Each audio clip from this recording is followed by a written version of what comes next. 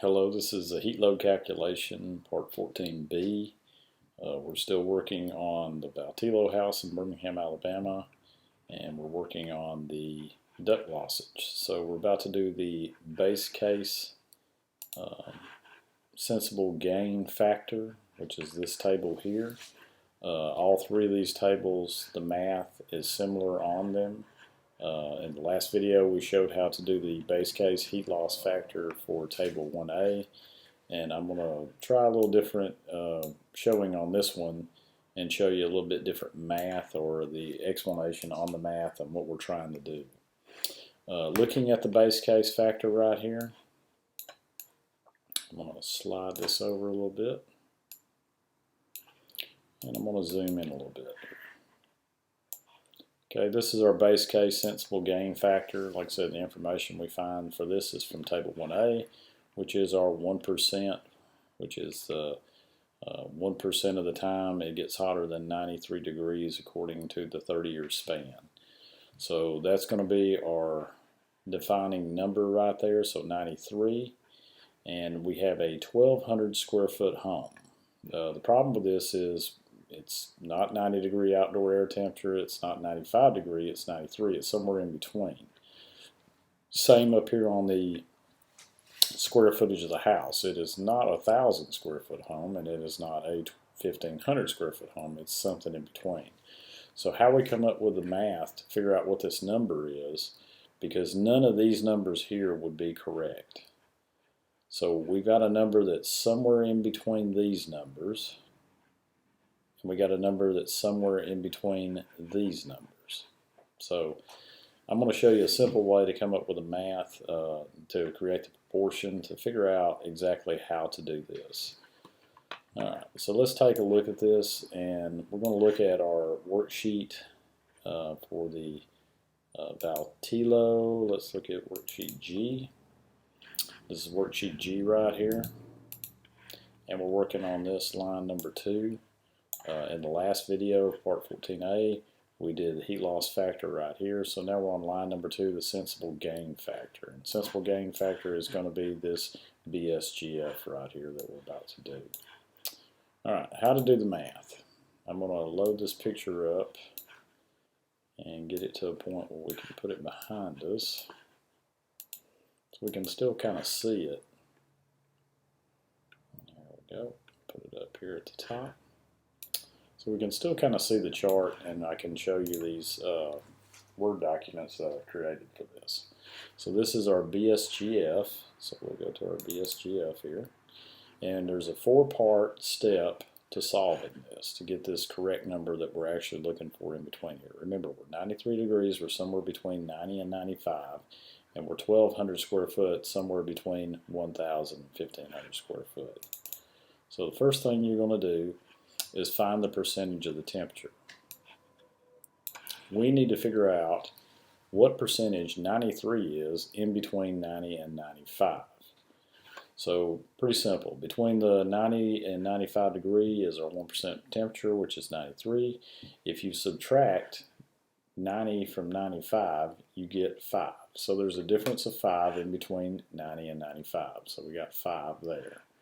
So if our temperature is 93, saying 93 in between 90 and 95 degrees is the same as saying 3 between 0 and 5. So in other words, 5 is our 100%. So in other words, if we're looking at this as a percentage, from 0 to 5 is 100%, because that's what's in between these two marks. And we are 3 in between those 5. So what we need to find out is, how do you find out what percentage 3 is of 5? So that's our question. What is 3, 93, of 5, 95? So here's your solution, and this is how you set up the math for it. To get the solution, we're going to look for what we're looking for. We need to point out what we know. We assume that the number 5 is equal to 100%, because between 0 and there is 5. That's 100%. Because it's the output value of the task. We assume that X is the value we're looking for. So we want to know what 3 actually percentage-wise is. If 100% equals 5, we can write it down as 100% equals 5. we know that X percentage equals 3 of the output value, so we can write down as X percentage equals 3. So now we have two simple equations. We got 100% equals 5 and X percentage equals 3. Where the left side of both of them have the same units and both the right side have the same units, so we can do something like this. We're going to have 100% divided by X percent equals 5 divided by 3.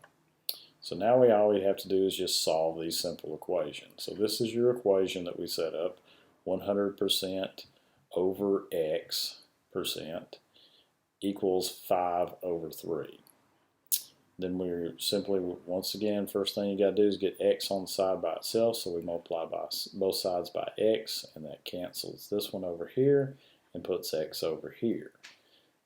We divide both sides of the equation by 1.6666667 to get this number here. Like I said, basically they divided that into that, and they got X 100 divided by 1.66667 equals X, 60 equals X, or simply put X equals 60. Now what does all that mean?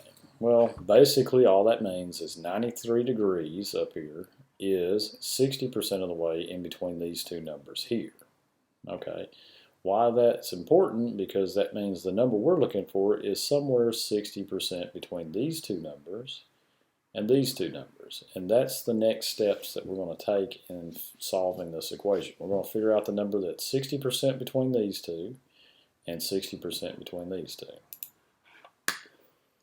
So in our second part, we're doing exactly that. What is 60% between 0.110 and 0.124? What would be 60% of the way in between there?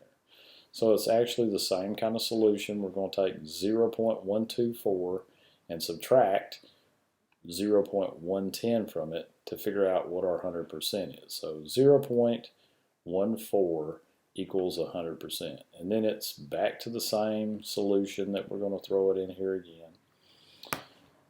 We're going to set up our equation. We'll have 0.14 over X equals 100 over 60. And like I said, get X over here on the side by itself. We're going to divide both sides of the equation by 1.6666667 to get X. And then there we've got X over here by the side by itself. And then like I said, then it's simply do the math. So 0.014 divided by 1.66667 equals X. That ends up with 0.0084 equals X. So 60% of the original number in between here, we realized there was 0.014 in between here. So 60% of that is the 0.084. Now that's not the end of it. Now you're going to take that number, that 0.0084, and we're going to add it back to the 110 to find out what that number actually is in between there. So when we add that to it, we end up with 0.118. So our number for this column over here is going to be 0.118. Okay? So we got 0.118 right there. That's 60% of the way down between there. That looks good. That makes sense. If the number was bigger than this one or smaller than this one, we know we did it incorrect. But this is the math that you would do in order to solve that. Now we need to solve for the 1500 column over here. What is 60% in between it? Same solution, same problem. First thing you're going to do, subtract 0.139 from 0.49, and that gives you 0.010. That's the difference in between this number and this number. So that's our 100%. So now we need to figure out what is 60% of that. Well, it's pretty simple. You could probably solve this one in your head, but same solution. We're going to do same equation. Put 0.010 over X on one side equals 100 over 60, and then solve for X. When we get down to the end of the equation, we end up with x equals 0.006. So 60% of 0.10 equals 0.006. Once again, don't forget, we're going to add this to the lower number, the 139 there. We're going to add that to the lower number, and we end up with 0.145. So we got 0.145 over here.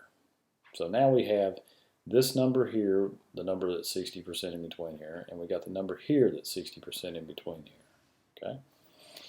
The final step that we have to do is back up here to our square footage. Our house is neither 1,000 nor 1,500 square foot. It's actually 1,200 square foot. So we need to figure out what 1,200 square foot, what that actually is percentage-wise. So we'll know what the percentage in between this number and this number that we just found actually is. So this is our final step to the solution. Like I said, finding the 40% in between 1,000 and 1,500 column. We've gotten these two numbers, so now we just need to solve that. So what is 40% between 0.118 and 0.145? Well, the first thing we have to do is find the actual differential in between them. So we subtract them again. Subtract the 0.118 from the 0.145, and we end up with this number here, 0.027. So now our new question is, what is 40% of that? Because if we're going 40% of the way in between these numbers, and this is the 100% differential, we're going 40% in between it. We set up the equation just as we have on all the rest of them. We have 0.27 over x equals 100 over 40, and then solve for x. When we get down to the end of it, we end up with a number like this, 0.0108. So that's 40% in between of 0.027. Now all we have to do is simply add it back to our lower number, which was 0.118. So we add that number to it, add this to this, and we end up with 0.1288. On all my calculations, nothing goes past the thousands place, so we'll round up this to the 1,000. So we end up with this is our magical number for our base case sensible gain factor. Like I said, is going to be 0.129. And that is 60% in between these two numbers and 40% in between these two numbers. And that is about spot on as you can get for this. If you looked at your book and you look at their example, what they did is this 1,200 square foot house, it was closer to 1,000, so they did that one. But they still did the percentage in between here. So if you're looking at the original numbers on there, we'll go ahead and put this on our base case. 0.129, and where will this go? Let's go to our worksheet here. Okay, and of course here we are on line 2.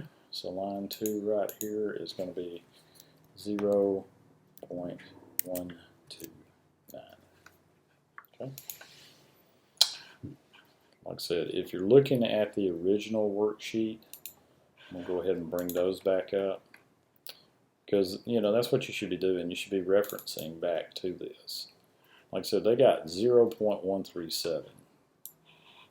Well, where they got 0.137 is somewhere in between here and here. Like I said, so they kind of split the difference on some of this and split the difference on some of this, and they ended up with an unusual number in between there. Because like I said, you end up with actually 1.19 there, and we know, like, you could look at this as a top end, bottom end. So if 110 is the lowest and 149 is the highest, our number should be somewhere in between there, which ours is 1.29.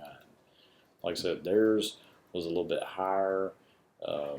That's actually, like I said, this number here, when you try to find it, that's why a lot of people have problems looking for it, because they're like, I'm not really sure exactly where that's at, because it's a little bit here and they just, you know, fudged it up a little bit there. Now, of course, this is probably calculated off of a computer program that has an algorithm up in here. So this is why it's very hard to exactly pinpoint or target that exact number, because I don't know which computer program they were actually using for this. I just know when you're trying to figure out some of these base cases and everything, and you're looking for numbers here, like on this chart here, got this chart right here, and they got 0.71, or 83, and then you look back here on your chart and it's 0.78, and you're like, where in the world did they get 0.78 from? There's not even a 0.78 on here. It's in between these two numbers right here, so that makes a little bit more sense. But like I said, to be accurate, we want to split the difference this way, split the difference this way. Once we have those two numbers, then you want to split the difference this way. Okay. Now the good thing about this is, like, every one of these is 1,200 square foot up here, so you know it's 40% of whatever number you get here. Okay. In the next video, I'll be doing the grains differential, and we're going to basically do the same kind of setup, go through the same outline as what I'm doing on this one, because it has the math. And like I said, if you're having a problem with it, like I said, just pause the video, look at the math, look at the equation to be able to set your proportion up correctly.